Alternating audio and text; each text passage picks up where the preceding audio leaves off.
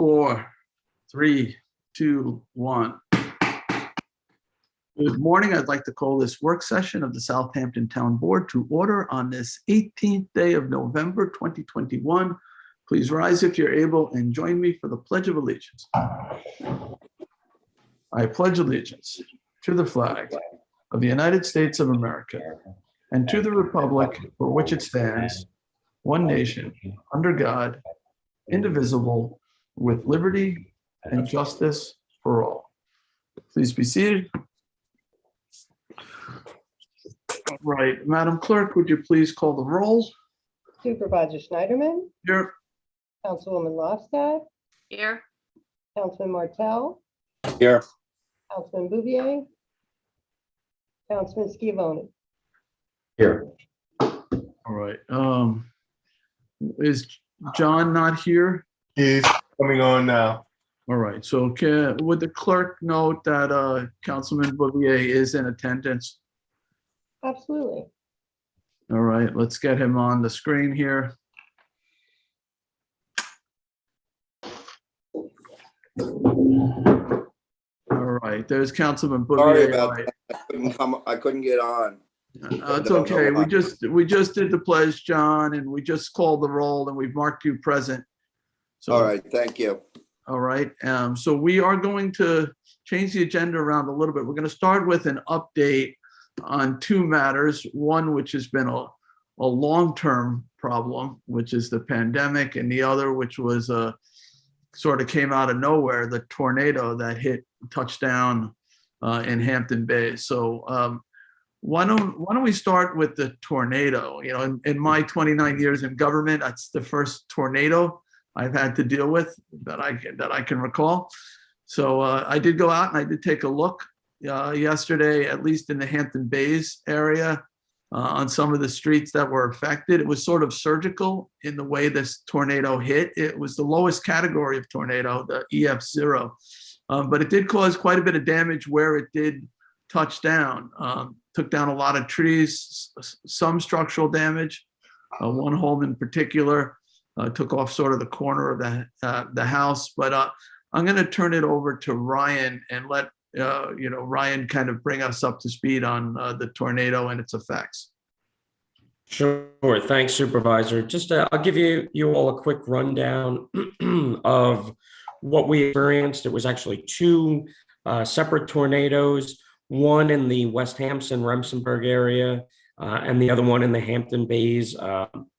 National Weather Service reports it up in the North Sea area, but we're waiting for a final path determination from them on it. As the supervisor mentioned, these were zeros, which means that it's winds in the range of 65 to 85 miles per hour. This was a very short or quick moving storm. Paths, or the width of the paths of these tornadoes, was in the neighborhood of 5 to 35 yards, and these were not like tornadoes. So it's not, Supervisor, when you and I spoke yesterday, you mentioned it's not like what you see in the movie, where it's just devastation in walls or areas. These were very small tornadoes. So it was quite precise in the way that it moved through some of these neighborhoods. And it's very possible that you could drive through and see one or two houses or properties that are affected. And then right across the road, just a tenth of a mile away, absolutely zero impact whatsoever. We saw about 102 increased calls to the police 911 dispatch system as a result of the storm over a very short period. That kind of surged the radio room a bit during that time. Obviously, it was in with calls, but they cleared the system pretty quickly, responded out to all of those. That's everything from roadway accidents resulting from it, which could be it's reported structure fires, that's calls, it's trees down calls. There were only two houses in the town that actually had trees come down on the houses. One was in Remsenburg area, the other one was in Hampton. obviously, a lot of properties and residences throughout the town experienced a lot of vegetative debris coming down on the property. The National Weather Service, as I mentioned, they did declare officially that we did experience the 2 tornadoes. We had some minor damage to some of our town facilities. We had a light pole go down at the Shinnecock Commercial Dock. We had some siding come off of Activity Center in Tiana. A couple of trees come down, crushing some fences in Poxabog. So minor damage, certainly a lot less compared to the county using their, salt barn in West Hampton, because it took out an entire cinder block wall, or, Brookhaven Town suffered some pretty severe damage to a couple of their facilities. So all in our damages weren't incredible, but we are certainly pushing forward, and the county is pushing with the state to try and have this declared a storm of historic significance. I don't know that anybody would argue with that. Certainly none of us on here, because I don't think anybody can recall the last time we had, 2 tornadoes in the town of South, 5 tornadoes within the county of Suffolk all on the same day. It certainly seems a storm of historic significance.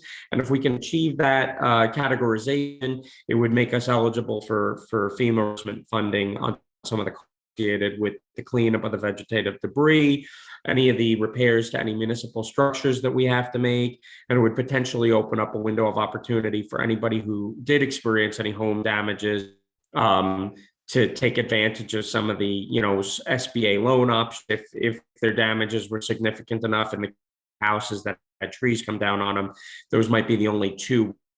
The damages would probably exceed a point where, insurance would just handle it, or they might just not handle it on their own, and they might need to rely on some additional assistance beyond that. That's kind of the overall rundown of the tornadoes. Can I just add one thing, Ryan? So yesterday afternoon, I did sign an emergency declaration so that highway basically could go and clear some of the fallen trees on the sides of the road and bring them into our facility. So that was executed yesterday, and at the request of the highway department. Other than that, I don't remember, Ryan, was there anything else in that emergency order? No. Just pretty much cleanup. It's cleanup. Yeah, the county had already issued a state of emergency to cover the entire county of Suffolk, but so that we could utilize, highway and whatever means necessary vegetative debris, you had also issued a state of emergency for the town of Southampton, because it lets us go on to some of the roadways we wouldn't normally touch. In the areas hit by the tornado. So correct. All right. Do you want any quick questions on the tornado? If not, we'll switch quickly to COVID. Oh, yeah, no problem. All right. So COVID.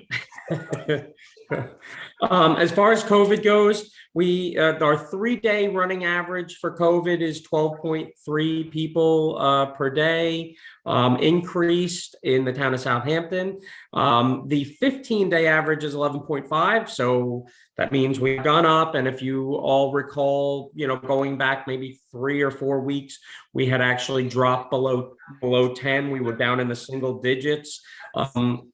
I don't know that this is unexpected with holidays now being back upon us. If everybody reflects back to, last year, we saw increases after Halloween. We saw increases after Thanksgiving, after the upcoming religious holidays. So I don't know that this is a unexpected trend, although it's, I'm sure, disappointing to us to see the numbers going back up. The United States in general is trending up right now. We are back to numbers that we hadn't seen since, around October 12th. So that's not necessarily a good sign. One of the concerns that I have is that, the people who first received vaccines are now all starting to approach a time period where they're a year after. So those who are not getting, boosters are going to start to find themselves in, more of a vulnerable position. So I think that it's very important that we continue to recommend that people seek out the booster shots when they become available to them. It's been noted that this week, the FDA is expecting to open up Pfizer boosters to all individuals 18 and over. And there is discussion that shortly following that, we may expect to see Moderna boosters opened up to the same broad spectrum of individuals. If you are looking to get a booster shot, most places now require a Southampton Hospital. Site, you can make appointments for booster shots or original doses through their system, and they're also available at many pharmacies, doctors' offices at this point as well. And testing is continues to be widely available, although there have been increased demands on testing. So if you're looking for, testing, you may find yourself having to wait a little bit. And the turnaround on PCR testing results, I think generally has slowed down quite a bit compared to what it was for a while there. If you went in and got a PCR test, you could almost get your results back in 24 hours or so. I think now the expected wait time being told to most people at most facilities is, 2 to 5 days, because the demand has increased significantly. And I think as you see students coming home from college, family gatherings, people interested in going to events at venues that require testing or vaccination, you're going to continue to see those types of wait times and possibly even longer wait times as we go into the next couple of months. So just kind of keep that in mind and plan accordingly if you need any kind of testing services. All right. So thank you, Ryan. I don't know if there's any quick questions to Ryan on COVID. Seeing none. All right. I'd like to move on then. Thank you, Ryan. And move to the next topic, because we have to let a number of people in. And I'm, unfortunately, I'm sort of double booked today. The press has me, Southampton Press has me involved in press sessions at noon. So I'm trying to get as much done before I have to go and let Frank take over. So, Charles, we need to let a bunch of people in for the 11:15 conversation. So I think Mr. Kiola should be on the list there. They could just raise their hand and would help a lot. Mr. Kiola, I got him. Supervisor, if I may, just something that I was going to ask Ryan. This week we had in a neighboring town, we had a working structure fire with multiple fatalities. And I was going to ask him about which of our departments and districts lended mutual aid to that. But we have the Southampton Town Fire Chiefs meeting tonight. We will get the update on that and report back to this board. Okay, thank you.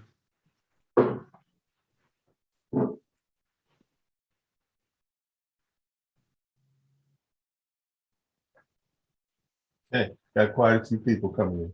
All right, that's good. Certainly know that the Eastport Fire Department was involved. I'm sure. Yeah. We'll get the rundown. Yeah, I was speaking with our chief fire marshal about it. In a fire like that, they call in the rapid intervention teams from neighboring departments. Yeah, just horrible, terrible situation. It's a complete tragedy. All right, do we have everybody in, Charles, at this point? So what I'll do is I'll do a very brief introduction, and then I'm going to turn it over, I think, to Janice to take it from there. So there is a bit of an agenda. The first minute or two, I'll speak about revitalization in downtown Hampton Bays, and then Janice will recap the process and goals for revitalizing the central business.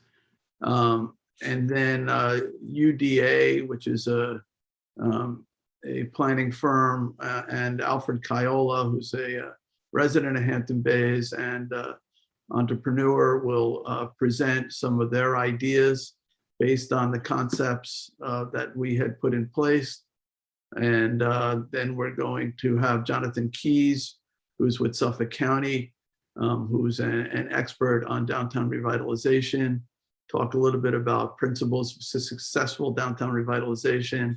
And then we'll be able to have others participate panelists, including Lars Clemenson, who's superintendent at Hampton Bay School, Dot Capuano from the Hampton Bays Chamber of Commerce, Janice Landis, co-chair of the Hampton Bay Civic, Kevin McDonald, CAC chair, and Susan Bonfredi from the Hampton Bays Beautification. I wish that I would be able to stay for this whole thing. It's unfortunate that I can't, but at least I'll be able to participate in the beginning. So let me just say that, Hampton Bays is, blessed with this great downtown with a train station in the heart of it, tremendous recreational amenities in the community.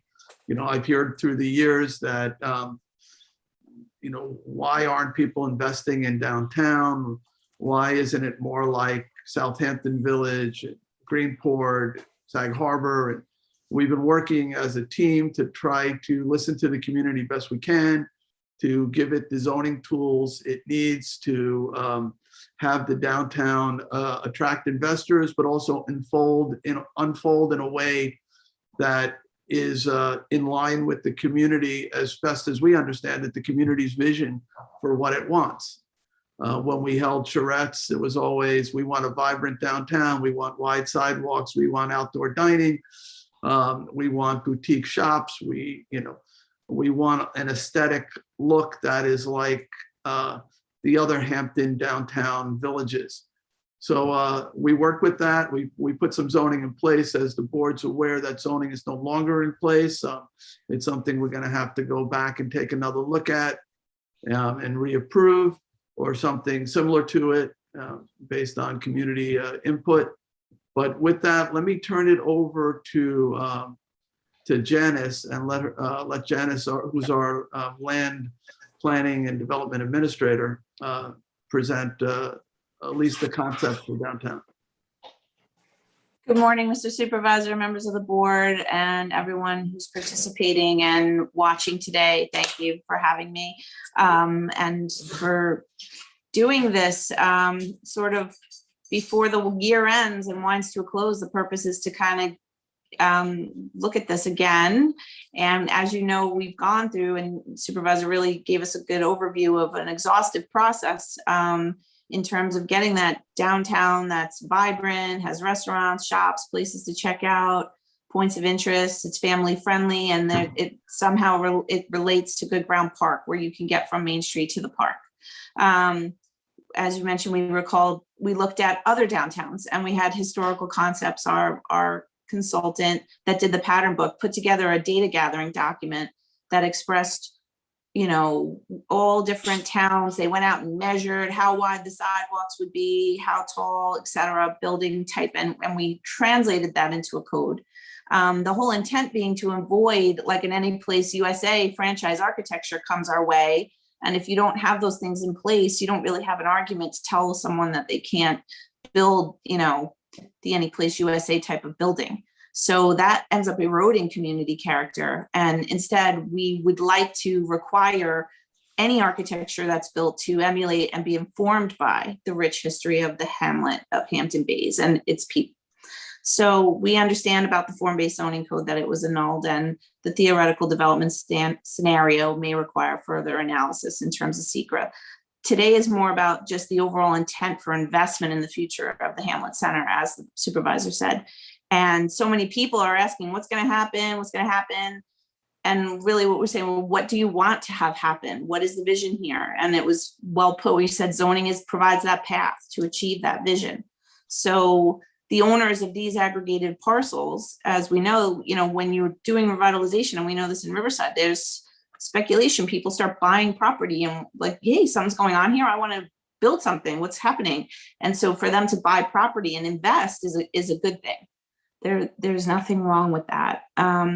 It's that, we would like to now see what are their intentions for redevelopment of this property. And so we'll hear directly from UDA about what they had in mind based on that form-based code that's not in existence, but still, what are these design concepts? See it for yourself, discuss and confirm the fundamental principles of what we're trying to achieve, as we said, and reconsider those larger community concerns that are still outstanding and determine, is there a best way forward?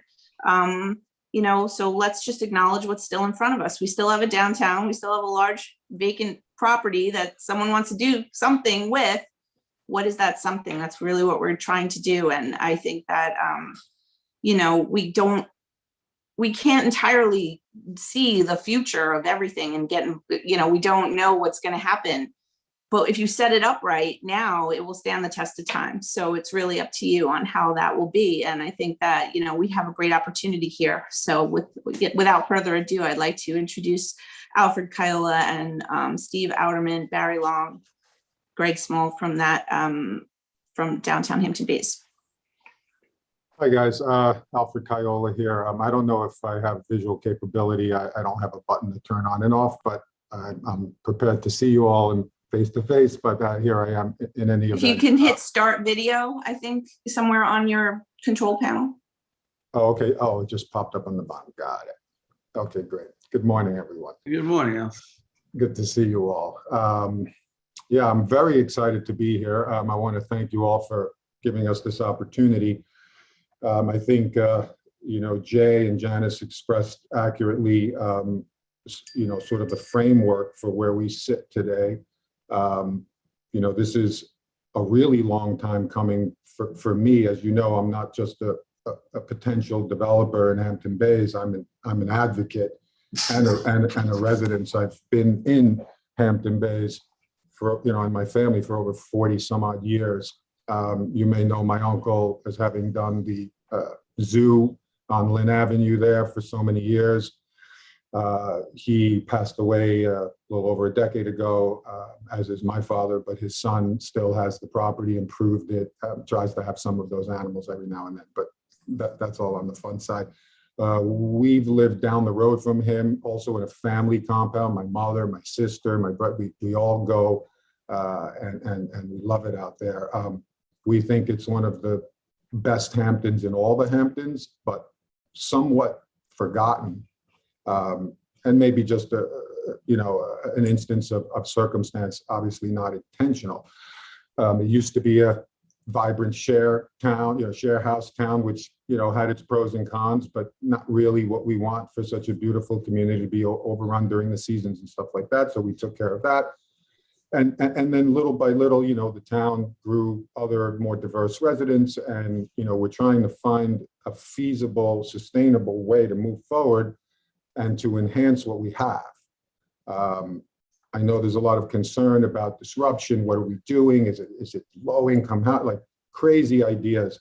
Everyone has an opportunity to purchase a parcel, try to improve it, make it better for whatever reason, whether it's purely economic, whether they have a local interest in the community. Mine is very deep rooted and, very mindful about what we do and how we do it. And also mindful about the fact that the economics oftentimes don't provide an opportunity and haven't provided an opportunity when you look at what can be done under the current code and so forth. We don't have a sewage system. You have, acre-sized properties that can barely have a dry use and one mixed use residential unit on it. Not the experience you want to have in a downtown where you can walk and have it be pedestrian friendly. Our downtown is not pedestrian friendly by any means. The sidewalks are tiny and there's no through streets, which historical concepts clearly pointed out in the very extensive, lengthy, and also including all of the town's input on various charrettes to determine what they want, how they want it, and what makes a good town.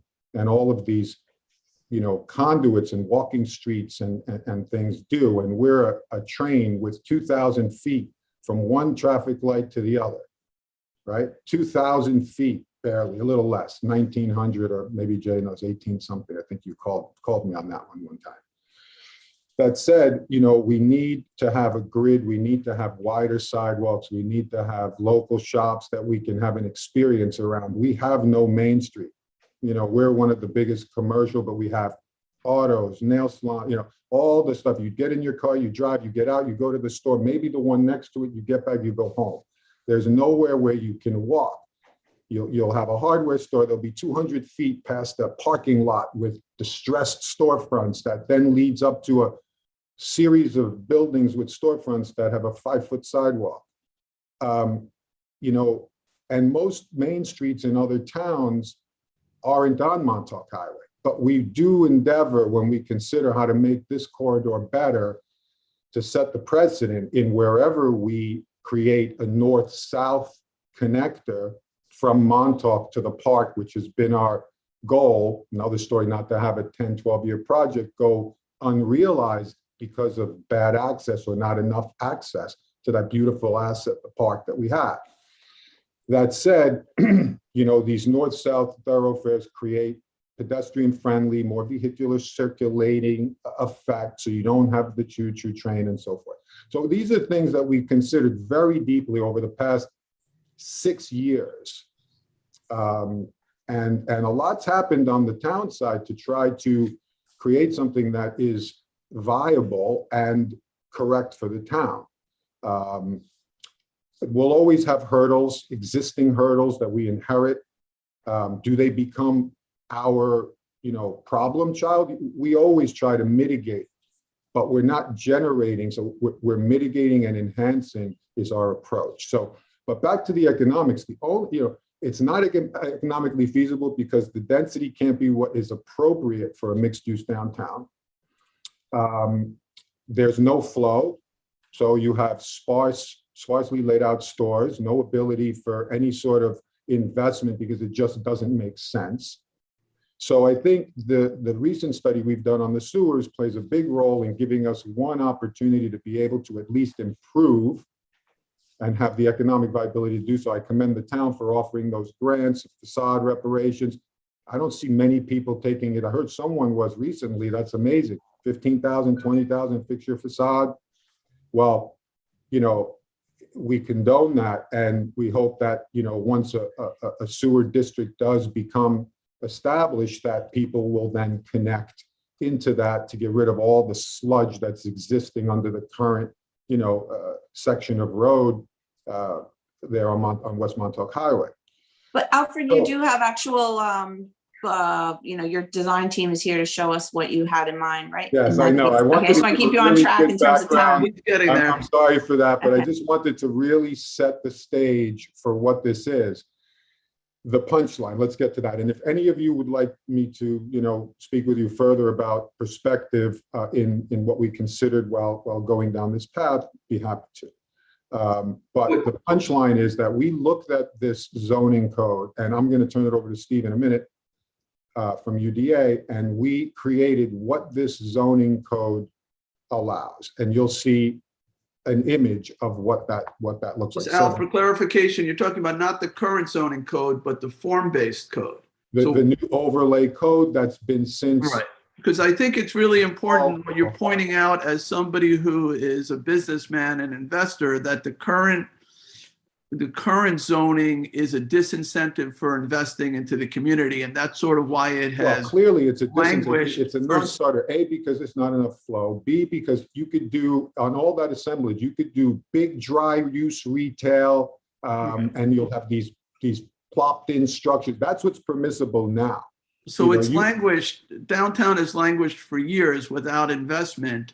And so you have then taken the code that we had put in place, the one that is no longer in place, the one that's been voided, but you had started to think about how you might develop your holdings, correct? And that's what you're presenting, sort of some concepts?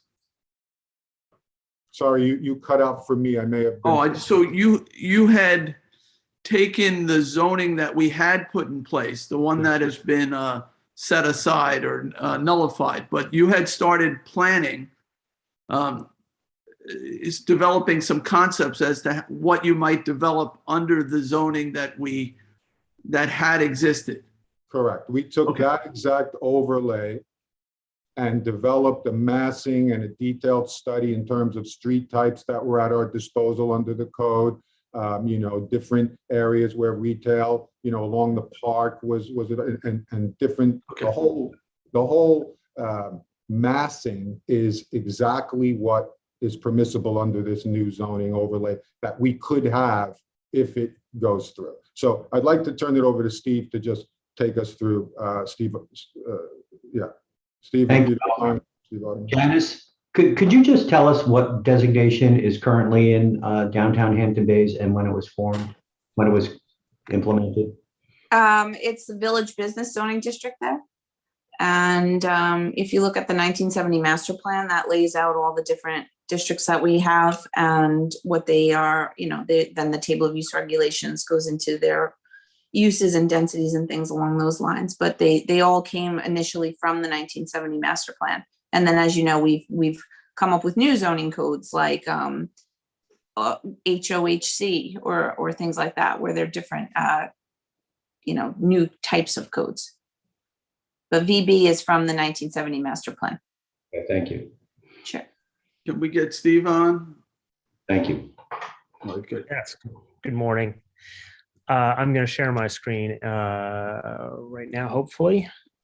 And I'd like to confirm, can you all see the title slide? Yes. Perfect. Okay. Yeah, Steve Otterman here with Urban Design Associates. We're a Pittsburgh-based urban design and architecture firm. And our client, Alfred, asked us to look at what the zoning, the form-based code that was adopted at one point, what that could produce. And I think, as we all know, zoning is really like a recipe book for making cities. And if what we're talking about, the existing applicable zoning is VB from the 1970s, we're cooking from a 1970s cookbook for making cities. And what the form-based code was a much more delicate and much more sensitive way of approaching how do you make a village center and grow the downtown area of Hampton Bays. And really what it comes down to for us, from all of our experience over the years working in communities across the country and internationally, is how do you make places that are active? How do you make places, particularly, we use the word placemaking now, we use activation as a key word to really help describe the vibrancy that I think Jay spoke about to begin with. And it's really about trying to unlock the potential of cities. And in the case of Hampton Bays, really to help the downtown area become what everybody wants it to become. So, which is, I would add, not a city. I would Yes, say, yeah. in terms, this is a village center. And when we talk terms like planning terms, the term city comes out, but that would then be somehow, see, they're planning a city. And I just want to correct that right now, that we are trying to plan a small area of a village center. Thank you. Right. Yeah, no worries. And the images you see are from some of our other work in other parts of the country, where we're trying to strike that balance between livability and kind of the vibrancy of where people come together around shops and parks and neighborhood. So what we were asked to look at is the basis for the pattern book and the form-based code that Historical Concepts created. And what's on the screen is the regulating plan that they put in the pattern book, and it was subsequently included as part of the overlay district.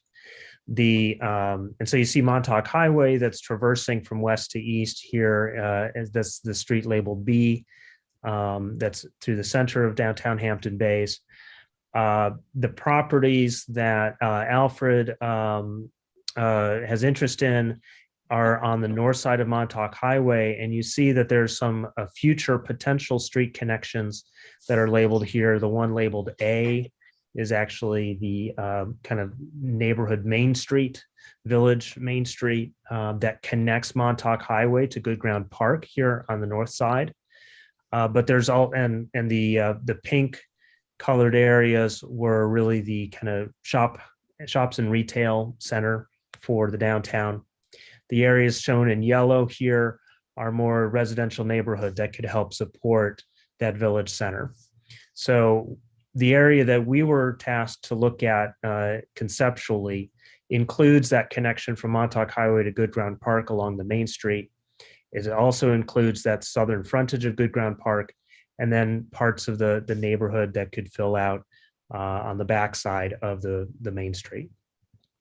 So the first area that we looked at was the main street itself. Here, the street labeled A that connects Montauk Highway to Good Ground Park.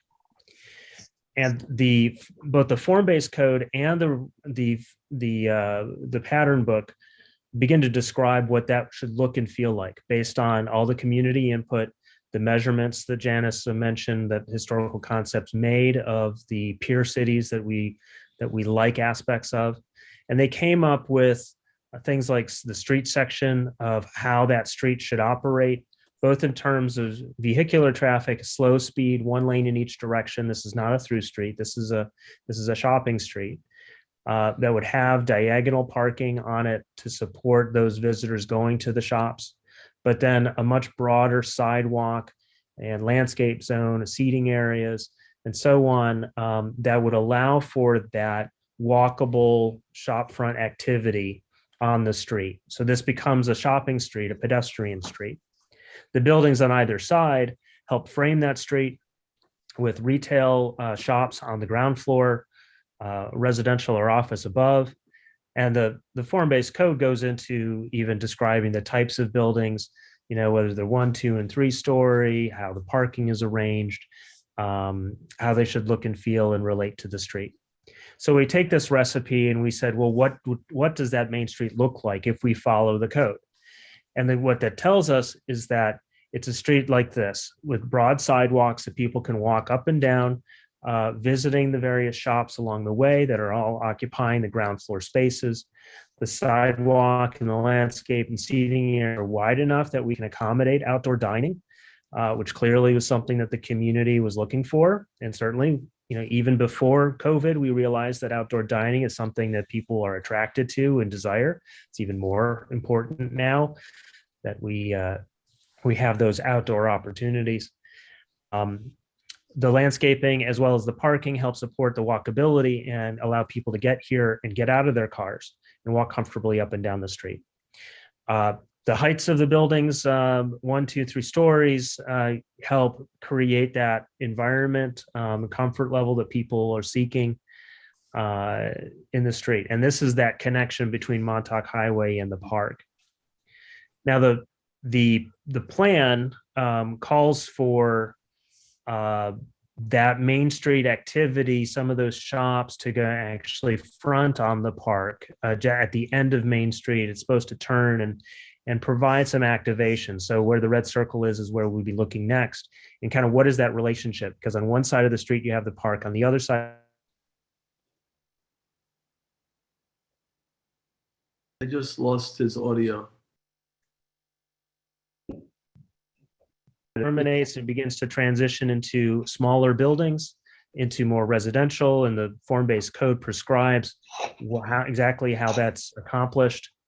And so when we're standing in the park, looking back at the end of Main Street here, Main Street would be on the left-hand side, the buildings would turn, and for a certain distance as prescribed by the code, we would maintain those ground level shops and experiences.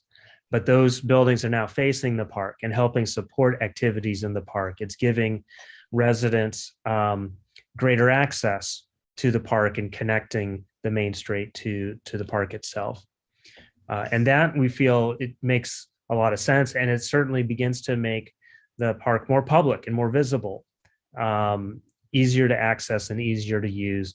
It creates a more stronger symbiotic relationship between the village and the park itself.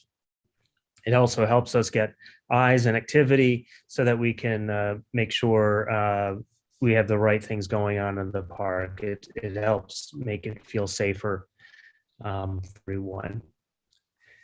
The third area that we looked at is where it begins to transition into the more residential component.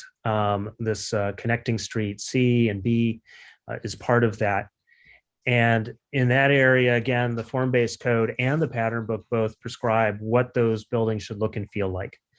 Again, variety in architecture, buildings that have different shape and seem more residential, even if they're townhouses or duplexes and so on. The code gave us that recipe for how to make that residential neighborhood.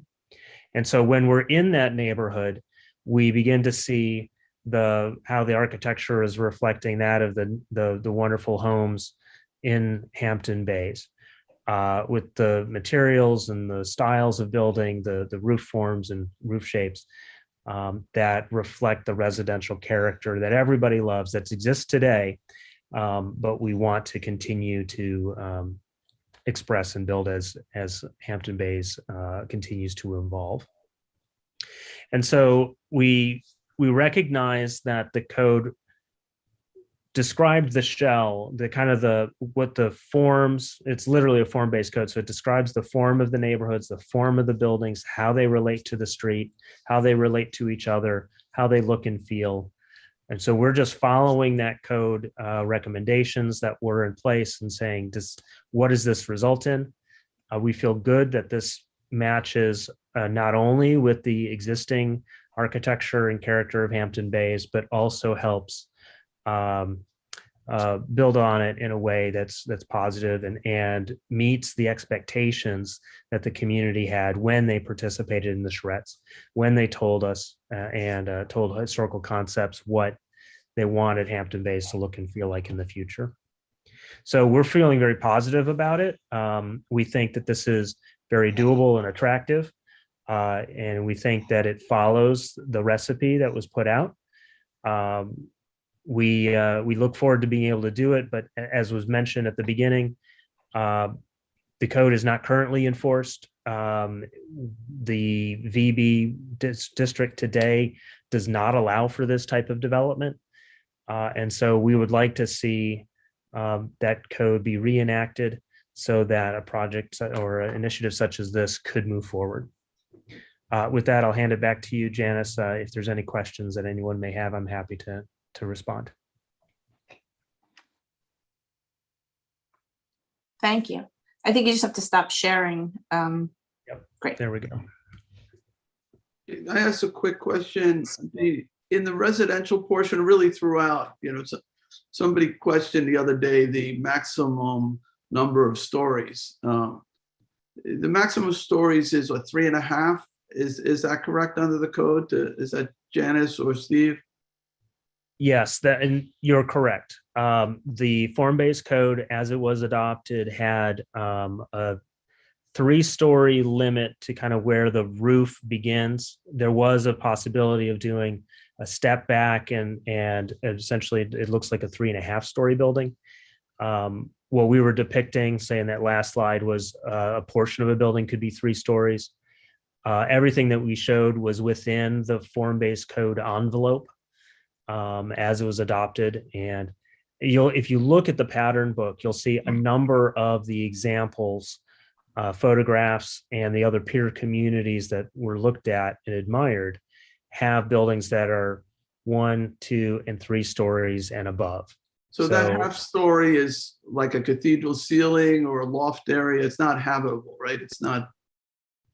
It could be habitable, but it has to be set back from the front facade of the building so that when you're on the street, you're not seeing that as a 4-story building. You're seeing it as a 3-story building, and that additional story is set back considerably from the street face. So the visitor walking down the street, you're experiencing a 3-story neighborhood.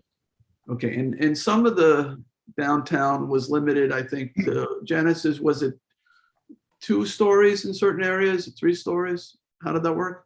Yeah, it was really to keep the character of Main Street as it is today. It was stayed the same. And then as you went back toward the park where you're not really feeling that, it would be an appropriate area in that last C area that Steve had pointed out. That was more of the higher height buildings. But yeah, the step back is really it's the same size, but we wanted more interesting roof lines. We didn't want everything to end up being a big box, a large box. So that the way to do that is to allow for the half story so you get a peaked roof. But I just want to make sure that we get to everybody, and a couple of you have to go, and Jonathan Keys has to go, and Lars has to go. So I just, if there's any way we can just bring them on, at least Jonathan and Lars, before they have to go off. I just, I think that the intent was to really talk about, are we, the fundamental principles of downtown, sort of revitalizing and et cetera, really for Jonathan, if you'd like to dialogue with him about that. And, where are we going with that? If All if I right, could so let's just jump get in for about Jonathan 30 in. If I could just jump in for about 30 seconds, Steve, could you just Sure. go back to that streetscape real quick? I just want to point something out. You know, the 2 and 3 and with the dormer and pitched roof does give the variation. It is what you see all around, but I wanted to point out a very important point as well, as far as maintaining the character also. Steve, could you just pull up?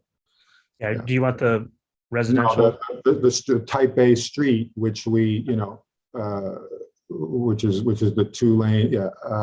Actually, you had it in line form, yes. So if you see, right, this is two-story with a peak. The street is very impersonal and flatland looking. It's important when you pick an elaborate streetscape to have wide sidewalks, pedestrian friendly, diagonal parking, tree lines, that you don't make it look like strip flatland. It has to be cradled, it has to be intimate, it has to be a beautiful experience.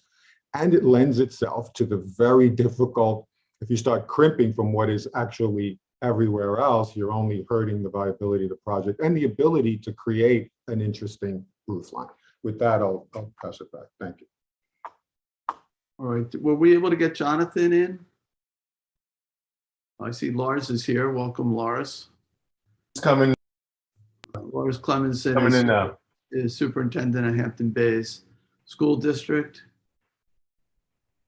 And I asked Lars also because I think, in terms of like planning for the future, of Hampton Bays is planning for who's in schools, who's there and who's going to stay there. That this provides opportunities for different age groups, people who may not want to go away to college, but want to work downtown and open a little shop or something like that. So back to Jonathan, sorry. We appreciate County Executive Ballone's interest in helping us and providing us Jonathan Keys, who's sort of the county's expert in downtown revitalization. So Jonathan, welcome. Yeah, so sorry for joining late. Thank you so much for having me. I'm happy to be here, and I love what we were just looking at. All right, so Jonathan's joining the conversation. Janice, is there anyone else you want to bring in? I think that all the panelists are here to just really give reactions and talk about, like, are we on the right track? What are we doing here? Are we, what's your experience, Jonathan, in terms of principles of good downtown design and planning, and not necessarily the form, it could be any code. It doesn't matter. We just want to understand like how this revitalization can take place in a way that we're making good use of what our resources. Sure. Can you say a few words about what makes a great downtown, I guess? Yeah, absolutely. And I think so much of it has been seen honestly in what's just been shown. I mean, we talk all the time about walkability and what makes a great place, what makes the type of place that people want to be, the sort of places that kind of inspire us, the places we go to visit on vacation, we can have those right here in our backyard. And it's often talked about nowadays like it's a new trend in development, but honestly, it's the oldest trend in development is to put things within close walking distance of our basic needs. And I think when we do that, we keep money in the community, people spend more money locally. Compared to our kind of typical suburban layout, walkable neighborhoods generate increased tax revenue. They promote healthier lifestyles, and they promote increased property values. They're just generally all the metrics that we associate with a desirable place. And I think for people who live there, who experience that and see, what we like to say to people is thinking long term. One day, who's going to buy your house one day when you're ready to maybe downsize or things like that, and we find that these types of neighborhoods where the emerging workforce wants to be really are attractive. I think what's nice too, and what's been seen here is there's really it's not a one size fits all approach for any downtown in any place across the country. I know you're able to really, with the approach that's being talked about here, you're able to really take the lead as the town in determining what you want to, what the community wants to see, and what you want it to look like and what the form of that place is going to be. It doesn't have to be big buildings. It's possible to do this on a scale that's very human, and that's 2- and 3-story buildings, and that fits in with the overall design of the neighborhood. And that's one of the advantages to writing a code this way and to doing the work early in setting a sort of a template for the design and the way that people want the community to look. So I think that, hitting a lot of the right notes here in terms of what we've seen be successful across the country, which is just really, laying out a vision proactively, and sort of taking lead and not just sort of having to put yourselves in the position of react to what's coming your way. And that, these are all the types of things that we like to promote. And especially we worked with Suffolk County to do a coordinated sort of development strategy when it came to Gabrisky. We had one, I'd like to just point out, we had a totally different code at one point when we thought it was going to be lots of little different people everywhere. And once there was one sort of aggregated master developer, it became so much easier to have a coordinated sort of development plan. Yeah, because you don't have that sort of one and done approach. You've got to, you've got a continual perpetual investment where the long-term growth and the long-term benefit of the community is really what what benefits everybody. So the ability to come in and realize sort of incremental, an incremental approach that allows you to grow and adapt with each increment. Yeah, not only do you not get one-off mishmashy uncoordinated development, it's important for us when we consider doing it at one time to not make it look faux either. It's got to be authentic. It has to really look like it's been built one at a time. The materials we use will be in keeping. So, that's really our goal. This is something for all of us to enjoy. And this is great. Let's keep this going. Maybe can we get Lars in the conversation here too, our superintendent, in terms of what his thoughts are for downtown? I know you're providing great education for all the students, but I know you've been an active participant in the community at large. So I'd like to hear your thoughts. Greg, Supervisor, thank you for having me, members of the board as well. And Janice, thanks for coordinating me in we're all from a distance. I'm upstate right now. I just want to mention 4 things that I'm thinking about here. Well, first, to kind of overlay the whole thing, I think everybody agrees I'm more or less a lifetime resident of Hampton Bays, my family as well. And we all want to see our community get better. Who wouldn't want that? And so when I'm raising my kids here and certainly want them to be able to stay here if they would so choose to stay here after they go through the school system and graduate. Just thinking about 4 things as I look at the development of that Springville to Ponquag area and a little bit of spillover. I'll start with enrollment.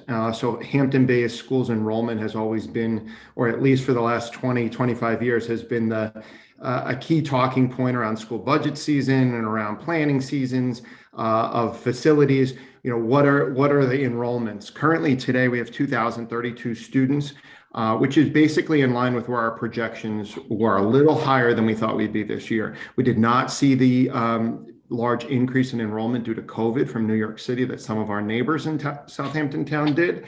But over the course of the next 7 or 8 years, we are expected to see a decline in enrollment. And that's industry-wide. The number of school-aged children is projected to decrease. Birth rates are decreasing. And so we're expecting to see a decrease in school enrollment of maybe 10% over the next 7 or 8 years to a school district that's about 2,030 students K through 12 to about 1,600 or 1,700 K through 12. Great Goldilocks size, small enough to be small community school, big enough to still offer some pretty diverse experiences for kids from career and technical education, kids who want to stay here and open businesses, to those who want to go off to university and pursue something else, and everything in between. The reason enrollment is declining is evidenced by our senior class and our kindergarten class. 202 kids will graduate in June. We have 130 kindergartners. So that trend is pretty consistent through the elementary school and through the birth rates. So 130 kids in kindergarten means 146 were born 5 years ago. Our pre-K, 136 kids were born 4 years ago. 171 kids were born 2 years ago. 154 kids were born last year. And so we use those to project what our kindergarten will be. So that's where that 10 to 12% decrease is projected from birth rates. It gets hazier the further you go out. So school capacity, not overly concerned with not having classroom space and desks for kids in the future, because we are receding a little bit. The second thing is with enrollment and the redevelopment of downtown, we have to think about school buses. So everything's interconnected. Downtown development does translate to people living in that downtown. We have people living there now with kids. We have 10 bus stops that go from the Villa Paul Lamplight Circle area to just east by Carvel. So 10 bus stops. So if there is an increased residential presence in that area, in that zone, we will see more bus stops. Even though it is within the mile, as we say, you're 1 mile from the buoy of Hampton Bays Elementary School, because we cross railroad tracks and Montauk Highway is a busy thoroughfare. We provide busing to anybody who lives in that area. So that could increase. That, of course, is a domino to the traffic on Main Street. In the morning, you're putting more buses and stops along the way. So just something that needs to be included. I think overall what we hear from parents, and 2 final points, and then I'll stop for any questions. Overall, we hear from parents, things for kids to do downtown. So those pictures we saw are great. There's an opportunity for a kid to go to a pottery studio or to play games, or back in the 50s it was called the chocolate store, and they went and danced at the chocolate store. If there are opportunities for that to get safely into town, and sidewalks do already connect the schools to downtown, then that's a good thing. But we hear that regularly from parents. What can our kids do after school? And then the final point is housing opportunities, affordable housing opportunities for my young teachers. They may be single, they may be looking for 1 or 2 bedroom apartments to share with a roommate, a fellow teacher perhaps. But the Trade Parade East has teachers traveling not many miles and a long time in the car. So those are really the things I'm thinking of: getting my teachers and staff to be able to live here affordably, to get to school, sidewalks to get to class, to get kids into the community after school, and then where our enrollment is looking forward. So thanks for the opportunity to share that. I'll be happy to take any questions or comments. All right, before we go to questions, just because I have to jump to this other forum that I'm involved in, I want to turn things over to Deputy Supervisor Frank Zappone, who will chair the meeting moving forward. I also just want to point out that there's a number of people who are watching, including Kevin McDonald, who's chairman of the CAC, and you might want to bring Kevin into the conversation here too. But Frank, I'm going to turn it over to you, and if you want to entertain any questions for Superintendent Clemenson, and then continue the conversation. Thank you, Jay. Sure. Charles, is there any people in queue that you want to bring in? Kevin? Or Kevin McDonald? Yep. He's coming in.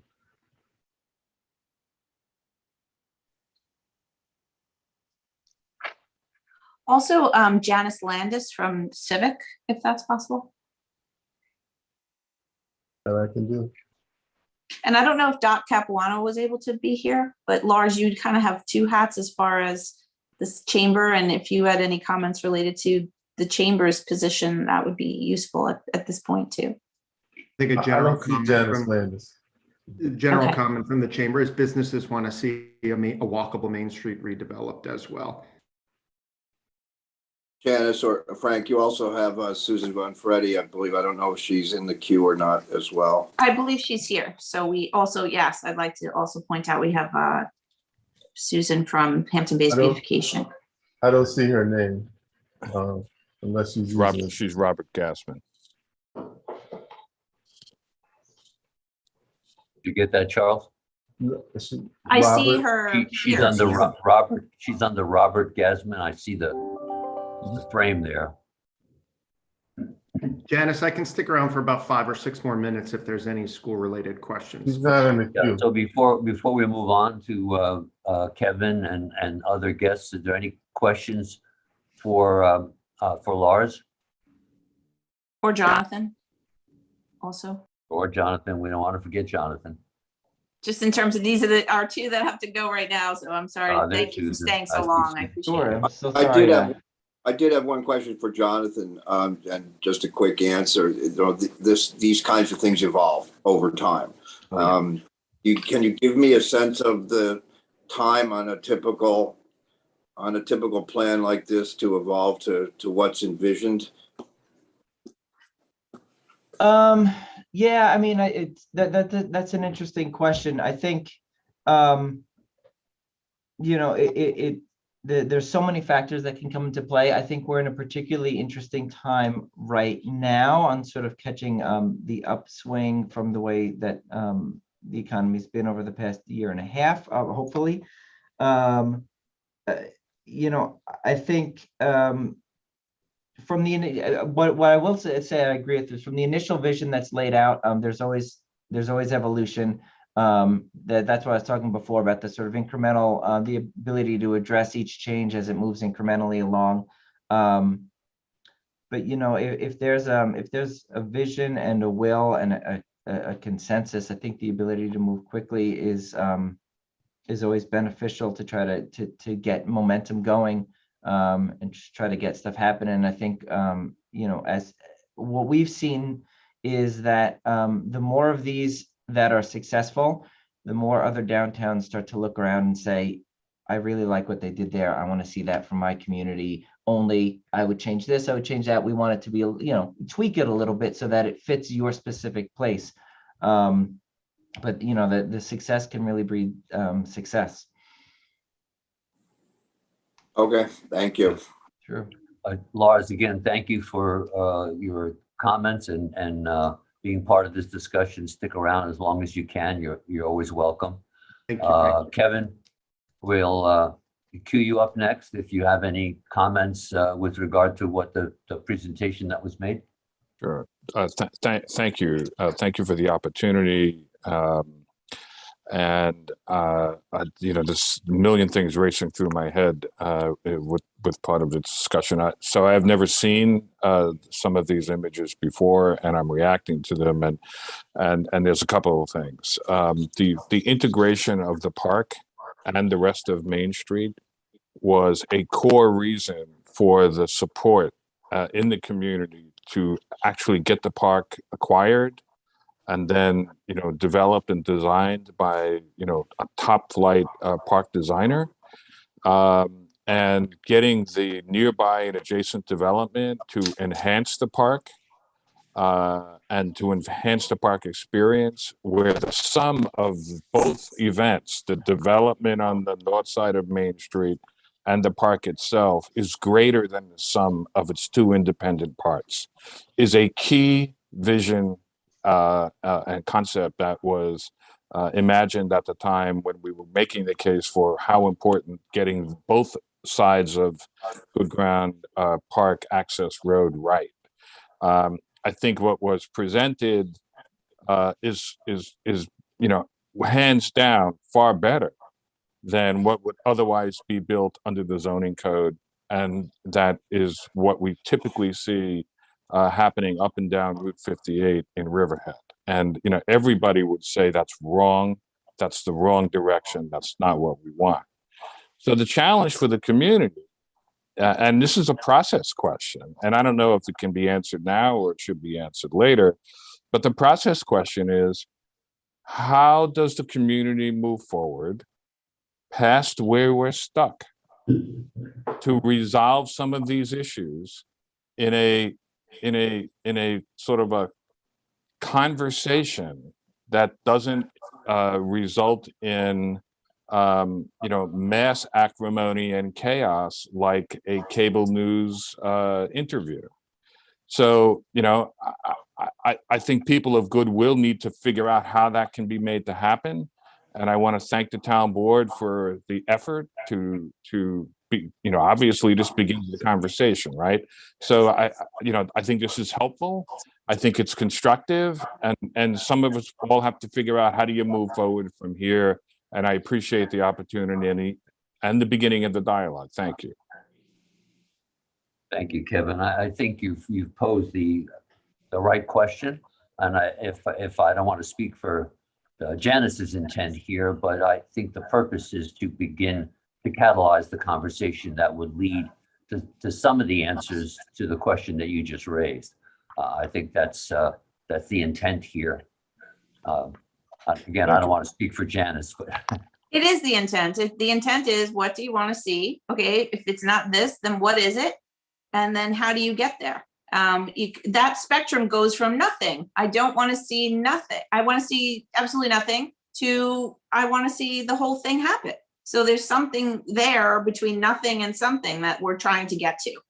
And that's really the gist of it. And I just don't want to forget Susan and get her input as far as, working for so many years in Hampton Bays beautification and as a business owner too, deputy supervisor, if we could bring her onto here as well. absolutely. I think Susan is online and unmuted. So Susan, welcome. It's nice to see you again. Hi, everybody. I'm not Robert. I'm using his Zoom pad. Sorry about that. I'm speaking as a business owner. I opened my company when I was 21 years old in Hampton Bay, so you know that was a very long time ago. I also have been involved in the Hampton Bays beautification for the last 25 years, of which the last 12 I've been president. I am also, I did not have a chance to work with Jonathan Keyes on the Suffolk County, board for downtown revitalization. I did serve on that board for at least 10 years. And because of that, I was able to help Hampton Bays get many grants. The last one being at Good Ground Park. We even got a grant for the Lozone Hot Shop, and we did the Vince Canusio Trail as well. Working with the town of Southampton, those grants made those things happen. And Vince Canusio Trail made the entrance to the park from Main Street. All of these things were very important to the future of Hampton Bays. We talk about smart growth. I'm a life. I've been here for many, many years in business. I will tell you, my company into up further Main Street, where there is a lot more walking traffic. I'm next to Starbucks now for the last 5 years, and our business has tripled because of the people that are walking by our store every day. Where before, anybody that came to visit us down by the fire department, they had to get in their car and drive there.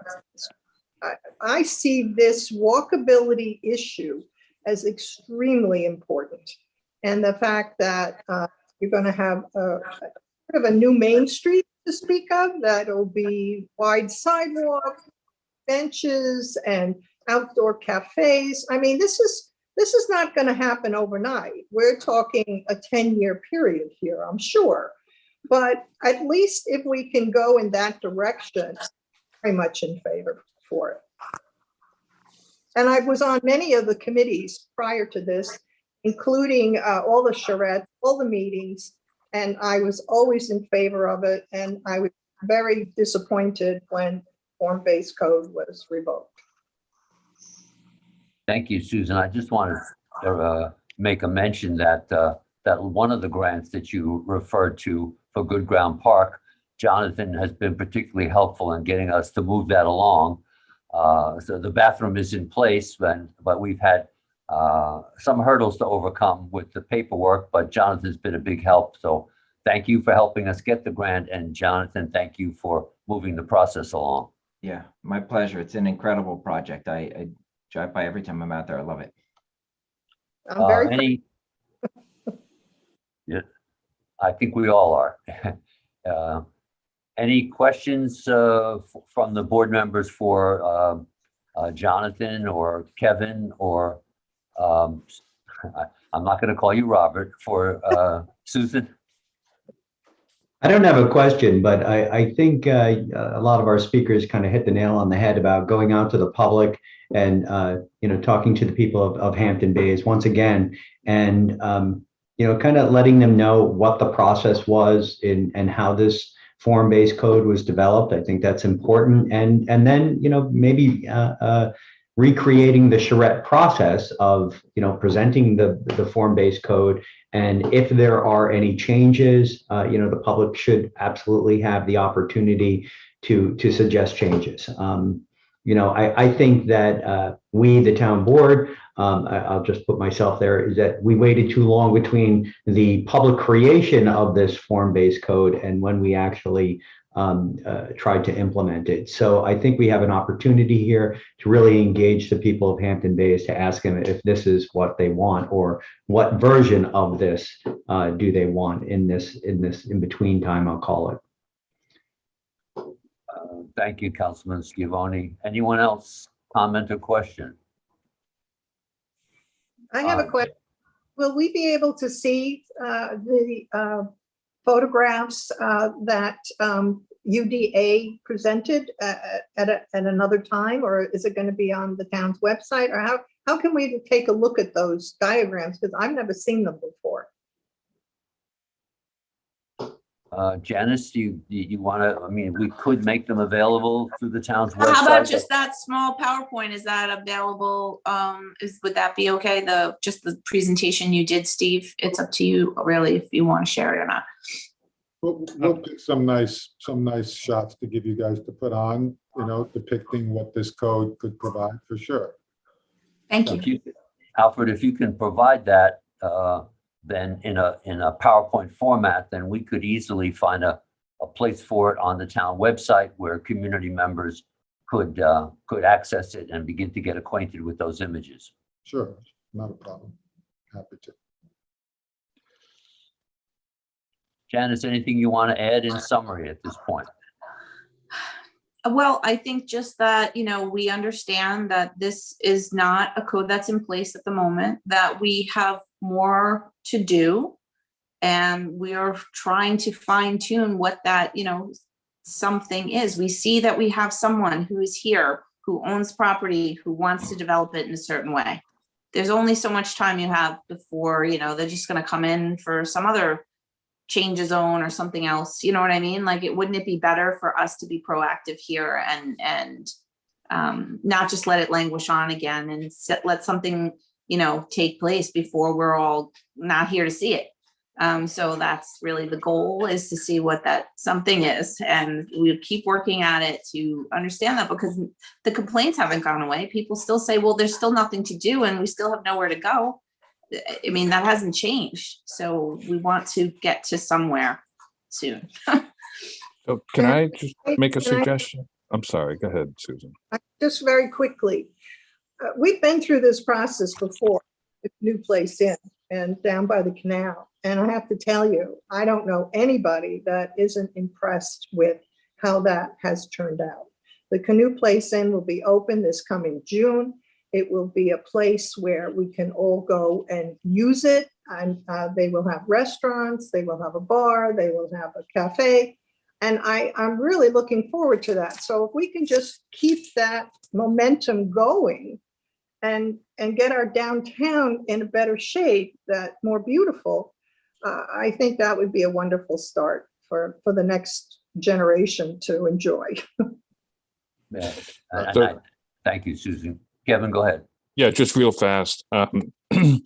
If there's a, I know that the town board has to deliberate with Janice's guidance. What is the process and the pathway forward? And I don't know if I'm a glutton for punishment or an eternal optimist, but the notion of putting people in a room for the purposes of trying to find their way forward, that is, people willing to work with each other in spite of differences to try to find that way, I think should be examined one more time. I may regret having said what I just said, But I don't see how you don't get past that by avoiding having the dialogue that needs to be had.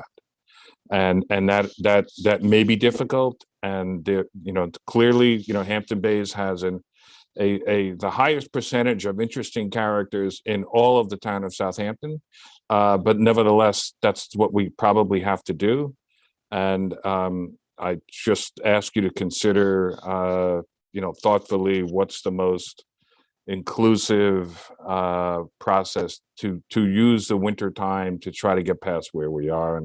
And I really want to appreciate and thank you all for continuing to stick with this and continuing to work through it when people of lesser character might have given up.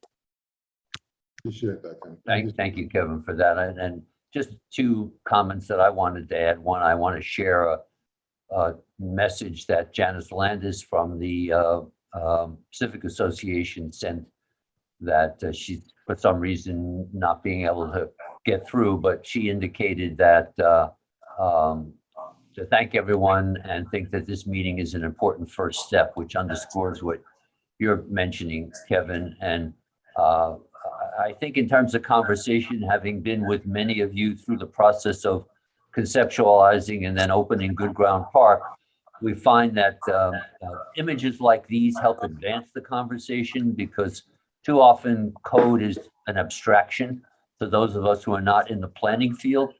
And when the abstraction becomes more visual and conceptualized, I think it helps focus the conversation. So I think this presentation would certainly can do that.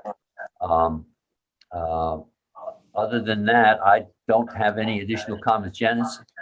Just two comments. One, somebody had asked, like, well, these are going to be beautiful buildings, and what about the existing buildings on Main Street, and is there any way to upgrade those? And I just want to mention that we do get CDBG money every year as a grant program. We have one taker this year in Hampton Bays who is looking to do some new siding, some new windows and trim, etc. And we're really excited about that. And so, yes, that funding stream, in the CDBG world, if you don't use it, you lose it. So we'll have that allocated, and then that grant program will facade grant program run through Carabac's office will be available. So if someone else wants to come forward and upgrade their facade right now, just as it is today, no code needed, that's available right now. Also, I just want to acknowledge that Barry Long is also here from UDA with Alfred's team, and I just wanted to acknowledge all his work and just recognize that this is like one of the top firms in the country that's doing these designs. And so just hi, Barry, and thanks to everyone for coming. But I don't know if you wanted to say anything, because we kind of glazed over.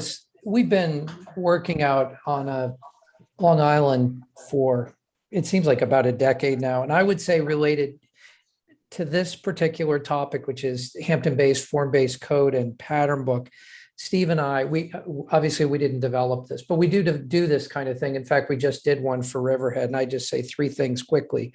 One is you hired a very good consultant to do this for you. And if you crack it back open, you should bring historical concepts back in. And it's well done, we think. And Steve and I have torn the thing apart trying to understand the implications for Alfred, but it's contextual and it's rooted in the place. In this village center, there's only one of these, and it's designed for this particular place. It's not generic in any way, and we recognize that. The second thing I would say is, we talked about some of what the code says in terms of thou shalt, or what you're able to do. It also contains a lot of thou shalt not, and it requires a lot of modulation in terms of building heights, in terms of facade articulations, and breaking things down to keep it in the scale of Hampton Bays. Again, it's contextual. It's not generic in any way. So yes, can you go to 3+ stories? Yes. Can you do it everywhere? Absolutely not. It's pretty restrictive. And then the final thing I just say again, walkability, placemaking, activation, Hampton Bays can do better. We see this as the ticket. The current VB zoning is just not going to get you there. And as someone who also writes code, Steve and I do, we have great appreciation for the process that this consultant went through, and the town of Southampton did wonderful work, and we're very complimentary And we've enjoyed working with Alfred, looking at what can happen, but until we have a code, nothing can happen. And that's all I'll say. Thank you, Barry. Thank Says you. it never came in the mail, she's saying, but, Sunday, your mic is on. oh, sorry. Janice, are we wrapped up? Do you have any? I think so. concluding comments? Unless Alfred and anyone else has any other comments, I just wanted to say we're committed to helping, revitalize downtown. And that is what we'll be doing. So thank you. Janice is all. Frank, if you don't mind, I'd have a couple questions. Sure. Steve, I was wondering, one of the complaints that we're getting already is about the proposed density. Do you have any idea on the density as far as housing units or professional space or retail space? No, we've not really done the takeoffs for what this site could hold, but there are limitations in the form-based code based on what the environmental studies went through. So like there's a certain number of units and density that's studied and basically found no significant impact. So the form-based code is really limiting development to those numbers unless a developer goes on and does supplemental environmental work. That being said, the area we're looking at does not comprise, the entirety or even a significant large amount of that development capacity. So there's plenty of opportunity for other properties within the downtown overlay district to develop and do more. So we, until the code is really kind of is back in effect and we get to the more detailed studies, we won't really know where we end up. Thank you. Also, if you're looking from Good Ground Park in, what is your vision? Is there going to be a greenery buffer there? Is it going to be just a sidewalk between the park? I mean, what's the vision for that area? Got it. Well, So, Steve, one thing we should point out there is that there's increased setback required by that code that's particular to that frontage. You can talk about that, Steve, but buildings have to be set back quite a ways from the sidewalk there. You can't do a really hard edge. exactly. So the existing parking lot and the sidewalk that rings the parking there in Good Ground Park, the actual property line of the park is several feet back from that. And then there's, I believe, if I'm recalling correctly, like a 15-foot minimum setback to buildings from that point on. So there is a front yard or a green zone between the edge of the parking area, sidewalk, and where development would occur. So it's to try to get the right relationship between those buildings and the park so that the park doesn't seem imposed upon. Thank you.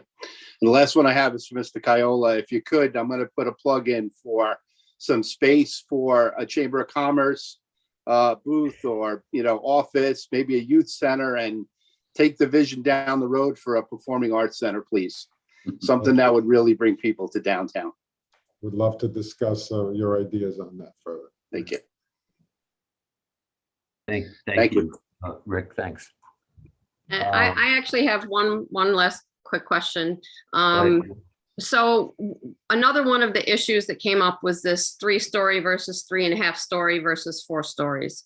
And so I heard kind of 2 conflicting things on today's presentation as to whether that half story on a 3-story is habitable space or HVAC space or storage space. Can anybody clarify that? And in my opinion, from what I've heard from our community, they feel that a usable half space, and I was always under the impression it was not usable. I guess I should say habitable. Would there be an issue with your designs to make sure that that half space is only for HVAC or roof line purposes? Steve, did you want to address that? I was going to, Barry, excuse me. while Steve was presenting, I went back and refreshed myself with the pattern book diagram on that. So Steve, I probably have seen it more recently because I just looked at it. But the way that it's articulated in your pattern book is that it is occupied, has to be set back 45 degrees from the 3rd story so that you can't see it. And we just went through a year and a half long process in Riverhead where we came to the exact same conclusion. I don't want to say we borrowed from this code, but we were inspired by this code. But but it's really interesting when you start studying that. And I'll just say from our experience in Riverhead, in downtown Riverhead, that above 3 stories, if you set back at 45 degrees, when you're walking along the sidewalk, you can't see that additional space. And we're not saying that that's what we're going to do on Alfred's site. As Steve said, this is a form-based code, so we were just exploring the forms of buildings. Whether or not that makes economic sense, I don't know. But I would say the code does permit it. It's not mechanical. It does show a section of a building, and it says you can have some occupiable space up there. But it does require the historic concepts code that be set back. That may be something that we want to address in the future, to clarify that, and again, reach out to the community and see how they feel. Thank you. And just a point of information, Barry, excuse me, Councilwoman. In Riverhead, how many stories were written into their form-based code? Well, right now you can do, Janice knows, 5 stories straight up, no setback. Okay. Our recommendation was to drop that to 3, and then above 3, you can have a 45-degree setback to 4 and no 5th floor. That was our recommendation at a minimum. Now, and I want to say too, we don't want to treat Hampton Bays and Riverhead the same. Those are 2 different places. And again, this code that we did not write for you is very specific to Hampton Bays. Thank you for the clarity. Yeah, but we pulled it down there to 3 stories with a 45-degree setback. Well, thanks again. There being no other discussion on this topic, I want to thank everybody, Jonathan, Kevin, Susan, Barry, Steve, Mr. Alfred. Jay doesn't appear is back quite yet, so there being no other further discussion, the board will move to the next item on the agenda, which is the review of the draft agenda, which was shifted to after this discussion, I believe. Thank you for having me. Thank you, very everybody. much. Thank you. Take care. Bye-bye. Yeah, everybody. Have a happy Thanksgiving all. Thank you. Bye. You too. Thank you. I'm going to just step away for 1 second because I don't seem to have my copy of the draft agenda right in front of me. There's also add-ons, Frank. Okay, do you have a folder? I don't have Jay's folder, so perhaps someone else could lead this because I don't have a work session. Well, I do now. I have the draft agenda and I do have the add-ons. Great. All the board members have copies of the add-ons? Yes. I think there are Digitally, yes. digitally. Okay. So there are two add-ons that I have on the information sheet. I guess we would need a motion to, one is notice to bidders on windows, decals, and permits, and the other is notice of a public hearing on acquisition of lands of the Burton, Kathleen J. Kempler, and Robert Burton, co-trustees. Everyone have that same listing? Yes. Yeah. And those resolutions, so we would need a motion from a board member to add these to the draft agenda. So moved. A second, Second. Councilman Martell, all in favor? Aye. All right, thank you. I thought we could just. Well, we're good. Okay, so we'll moving on to the draft agenda.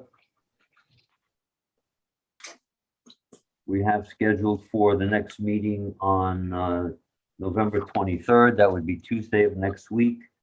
4 public hearings. I think 4. Yes, 4 public hearings on the agenda. Are we dropping number 1, John? Yeah, The town attorney's office has asked us to withdraw public hearing number 1 and the related reso of approval on page 31. That would be And the public explanation is- hearing on 85 North Phillips. If I could Yeah. just jump in there, since it's scheduled, you have to open it and close it in At order the to meeting. dispose of it. You can't So just you- make, I need to do that on the floor, Yes. town board meeting? Yeah. Okay, thank you, Sunday. Thank you, Cindy. Not sure if the process has changed. You want to go through the other 3 public hearings just to announce them and then, or do you want? I can certainly do that, but well, that's up to the town board if they want you to read them. do we need to review each of the public hearings other than number 1? I don't. Okay. Good. All right, so No. we move to the first item on the town board resolution, number ID number 38838. That would be Jay. So I guess that's to accept the grant award for the expansion of the Child Enrichment Center and authorize the supervisor to sign any and all documents required by Empire State Development. By way of brief explanation, this is for the expansion of the Head Start building in Riverside. As we continue to work to find a more adequate home for CME to cohabitat that building with the Head Start program. So we applied for and received a $120,000 grant. There is a capital project in the capital budget 2022 to support that expansion. And if all goes forward, we hope to commence that work next summer.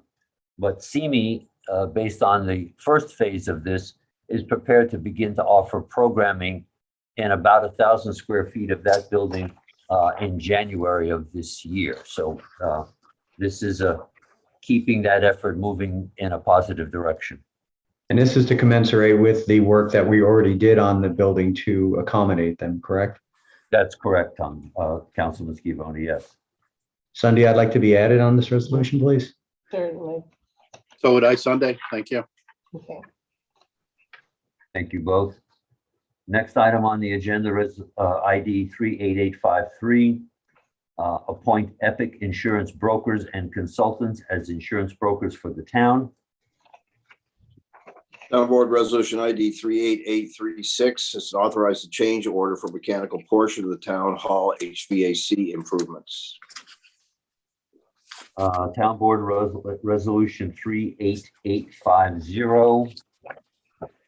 Authorize the purchase of construction services from Renew Contracting and Restoration Services using Bay Shore UFSD contract for Bridgehampton Community House porch restoration.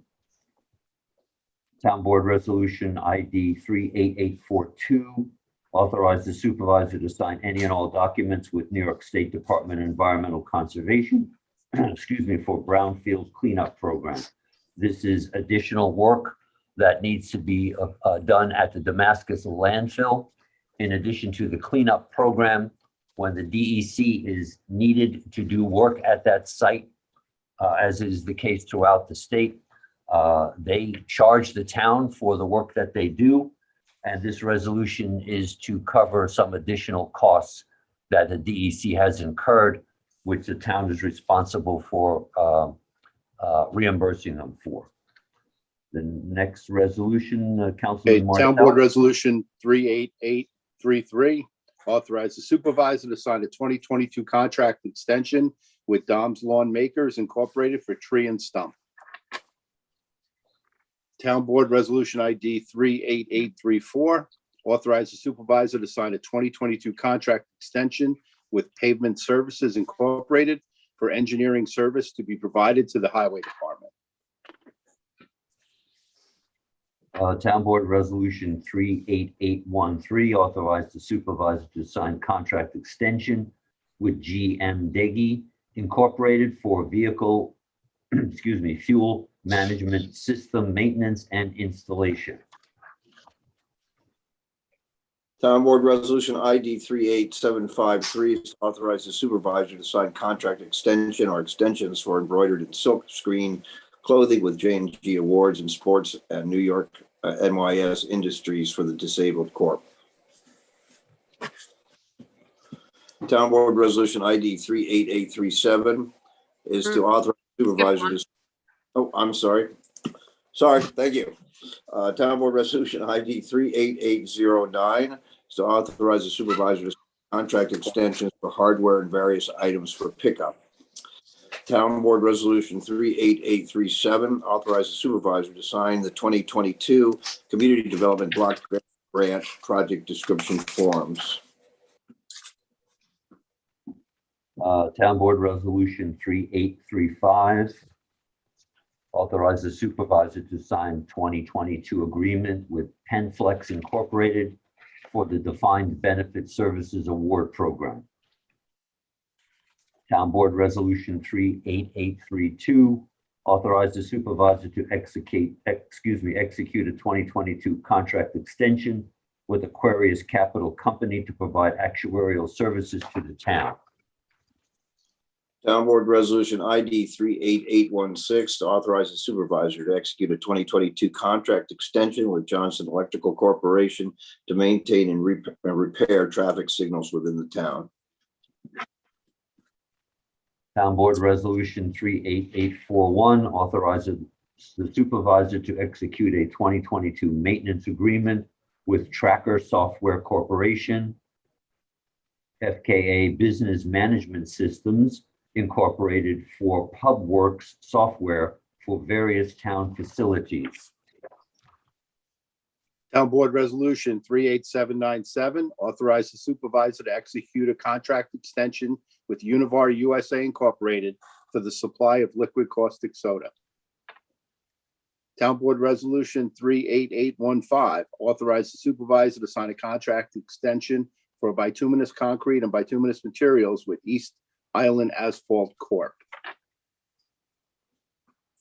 Town Board Resolution ID 38822 is to authorize the supervisor to sign a contract extension with Brian Bistrian for farming at Town Line Road, parcel Town Line, Sagaponack, Suffolk County tax map as indicated on the reso. Town Board Resolution ID 38754 authorizes the supervisor to sign contract extension for district-wide well and pump maintenance and repair at the Hampton Bays Water District with Delta Well and Pump Company Incorporated. Town Board Resolution ID 38755 authorizes the supervisor to sign a contract extension for furnish and deliver meter pits and ancillary equipment with Ferguson Waterworks. Town Board Resolution ID 38798 authorizes the supervisor to sign extension for Suffolk Paving Corp. For furnish and install asphalt concrete. Town Board Resolution 38802 award and authorize the supervisor to sign a contract with Fisher Signs and Shirts LLC for vehicle graphics.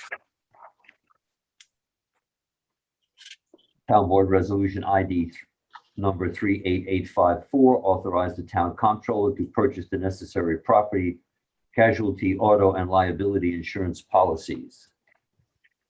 Town Board Resolution 38855 authorize the town comptroller to purchase the necessary workers' compensation insurance from the New York State Municipal Workers' Compensation Alliance. All right, Town Board Resolution ID 38767 authorize the supervisor to sign agreements for senior services programs. Town Board Resolution ID 38752 award and authorize supervisor to sign contract with Keith Grimes Incorporated for Quantock Creek Culvert.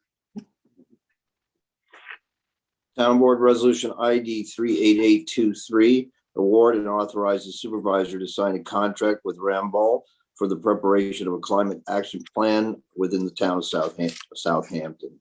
And just on this, this is a company that we want to engage to help us plan and give us a pathway to reduce our emissions, particular carbon emissions throughout the town, particularly in municipal buildings and so forth. I don't know, Frank, if you want to add anything to that. No, I think it was other than the fact that it's an outstanding a firm leader in the field of doing this kind of work, which is a unique new territory. And I think the town has made a good choice in awarding the contract to this individual company. Thank you, and I totally agree with that. John and Sunday, if I could co-sponsor that, please. Certainly. Absolutely. Thank you, Rick. Next, Tommy John, do you want to take that next one? Sure. Town Board Resolution ID number 38807. This is the 2021 notice to bidders for dry cleaning and laundry service. Thank you, Brian. Town Board Resolution ID 38846 is a notice to bidders for maintenance on trails in Southampton. Town Board Resolution ID number 38847, 2021 notice to bidders for banners and signs. Town Board Resolution 38843, amend the 2021 budget for various departments. Town Board Resolution ID 38763 is authorize enforcement action at 85 North Phillips Avenue. As discussed, this will be withdrawn at the next Town Board meeting.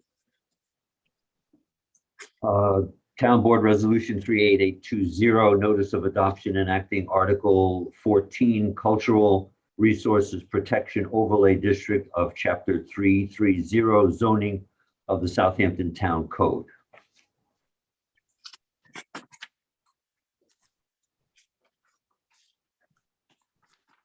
So what? Page 41. Pages. Town Board Resolution ID 38852, authorize Community Preservation Fund tax refund pursuant to the first-time home buyer's exemption for Julian Melendez.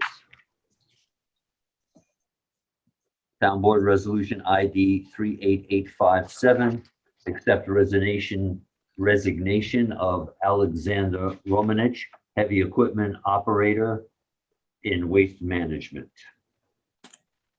Town Board Resolution ID 38595, accept retirement of John Sideratos, maintenance mechanic in municipal, mechanic 2, in municipal works. Town Board Resolution 38804, accept retirement of Linda Marzano, Deputy Town Clerk. And congratulations to Lynn on her retirement. Yes, we will miss Lynn very much. Yes. You know, a very For important many cog in reasons, what goes not the on least down here. I'm sorry to interrupt you, Cindy. okay. For many reasons, not the least of which is her smiling face. Yes. That's so true. Town Board Resolution 38513, appoint Ashley Andexer to Administrative Assistant position in Human Resources. Town Board Resolution ID 38839, appoint Jamie Bowden to Community Organization Specialist position from Civil Service list. Town Board Resolution 38785, authorize hiring of Robert Gestacker, Police Officer Start. Next resolution, Councilman Scavone. Board Resolution 38859, and authorize the Chief Fire Marshal John Rankin and Fire Marshal 1 Ryan White to attend the New York State Fire Academy Training Fire and Arson Seminar on November 3rd through November 5th, 2021 in Montour Falls, New York. Hope they enjoyed it. Town Board Resolution 38861 to authorize Fire Marshal 1 Ryan White and Fire Marshal 1 Courtney and Fire Marshal 1 Shane Starkley to attend the New York State Fire Academy Fire Sprinkler Plans Review course November 29th through November 30th, 2021 in Montour Falls, New York. Town Board Resolution ID 38789, notice of public hearing for the 2022 fire protection contracts. And Town Board Resolution 38860, notice of public hearing to consider the acquisition of lands of Dorothy Marciach and amend the CPF management and stewardship plan to include properties, and to offer my apologies for mangling her name. That is the end of the draft agenda. We have 2 walk-ons, which is a notice, 2021 notice of bidders for windows and decals permits. That's ID 38863 and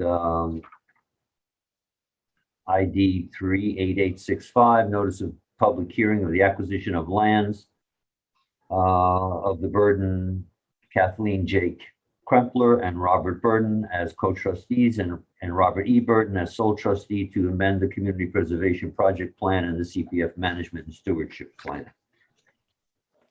That being the end of the draft agenda, the next item on our agenda is the project updates from the council members, if there are any. I have one. I had the East Quogue CAC last week. They have some continuing concerns about parking issues within the hamlet. So I'm working hopefully with PD and code and perhaps working on getting them some additional parking somewhere in their hamlet. But that is an ongoing, long time ongoing concern for them. Thank you, Julie. Anyone else? Updates? Just a quick thank you to Alex Greger, Superintendent of Highways, and his staff for the response to the tornado damage that we had here in Hampton Bays and also in Remsenburg. They worked pretty much through the night, Saturday night, and all day Sunday to take care of the debris. They did a great job, and they still are working on it. And just a reminder that Hampton Bays does have a CAC meeting by way of Zoom tonight at 7 p.m. Thank you, Councilman Martell. Anyone else? Yes. Councilman Scavone? Thank you, Frank. Last night, I attended the Community Advisory Board for Gabrisky Airport. Councilman Bouvier sat in on that meeting as well. It was a well-attended meeting. This was sponsored by Legislator Bridget Fleming. Legislator Kupsky was there as well, and we discussed the Gabrisky Airport. Some of the, we had quite a bit of public input, and some of the themes that were included were that there was a marked increase in the numbers of large jets coming in and out of Gabrisky Airport and the use of the runways and flying over heavily populated areas. I thought it was a productive meeting. The airport is going to look at a different tracking system for the approach and takeoff of different runways so they can better utilize their noise abatement zones. So I think hopefully that can bring some relief. There was also some input from some of the community, from the industry group, saying that the uptick in the amount of jets is due to COVID and their inability for wealthy people who own jets and can fly in these things to fly to other parts of the world because of the restrictions there. So they're coming to our area more. I thought that was kind of interesting as well. The meeting was also attended by Tom McCormick, who is the president of the Eastern Regional Helicopter Council, and he indicated, among a number of things, that their industry group is in talks with the town of East Hampton regarding fly routes in and out of East Hampton Airport. I thought that was particularly interesting. I invited him to come to a work session of our town board, and he agreed to do that. So I am going to be setting that up in the future. The Eastern Regional Helicopter Council is the group that determines helicopter routes. It's not East Hampton, it's not the county, it's not us, it's this trade group. So we certainly are going to have a conversation with him. Also, youth in government. One of our students was named New York State Comptroller, which is a big deal in that world. There's about 750, 800 kids involved in this. There are 20 to 25 students statewide who are nominated for these positions, and Aiden Janender was named as Comptroller. Very exciting. Congratulations, Aiden. Well done. And to follow up with that, we are going to be having a Zoom meeting with the New York State Comptroller, Tom DiNapoli, next Monday, along with Aiden. So we get to get some tips and insight from Controller DiNapoli, from Student Controller Janender. So that's good news. Great. Thank you, Councilor Giovanni. That's a great program.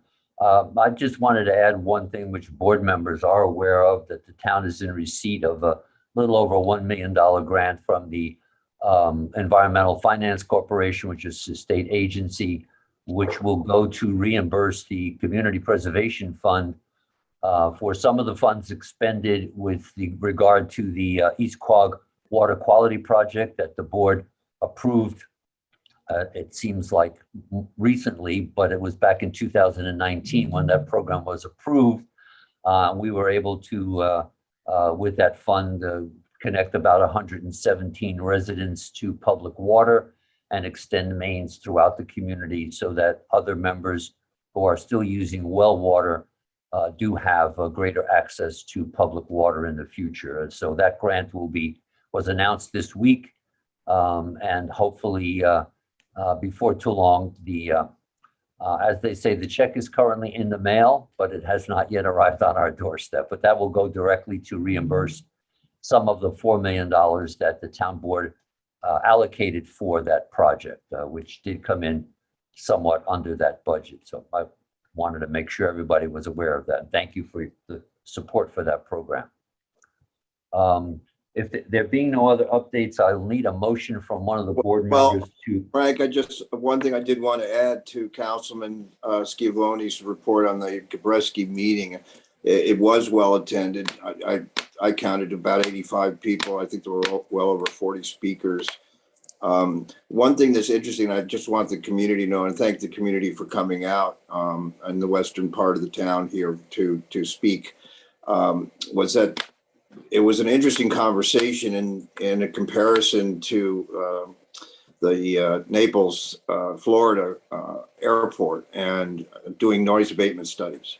And it was also interesting to see sort of the interaction between having FAA people attend that. And I know one was invited and they did not attend, but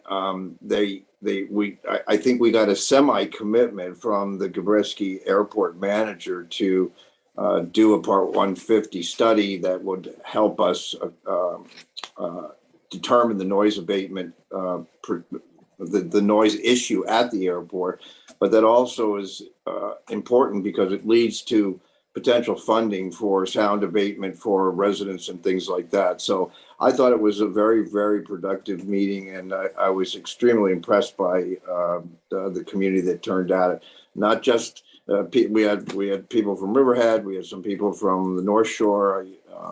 So I'm hoping that a really good report's going to come out of this. The next meeting hasn't been scheduled because of the legislative calendar, but there are 2 more meetings before the group produces their report. All right.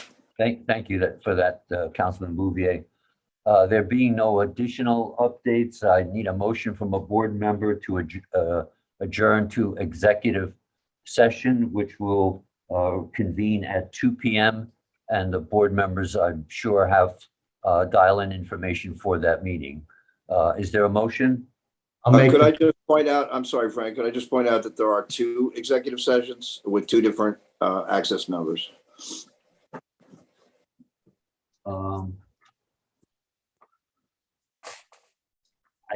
John, I can't help you with that. I have one. We can, if once we adjourn, I can give the information to Paula. Does anyone else have the same conflict? No, there is 2. Right, there are 2, and everybody should have them. If not, we'll make sure you do have all the information. And Jim, would you announce what those 2 executive sessions are for? Yes, they involve, first one involve personnel issues regarding with trustees, and then the second one is general litigation discussions and also personnel issues, non-trustee. Thank you. Sure. I move. That was Tommy John? I'm Yes. sorry. Thank you. Is there a second? Second. Councilman Martell, all in favor? Aye. Aye. All right, then regular work session of Thursday, November 18th is adjourned.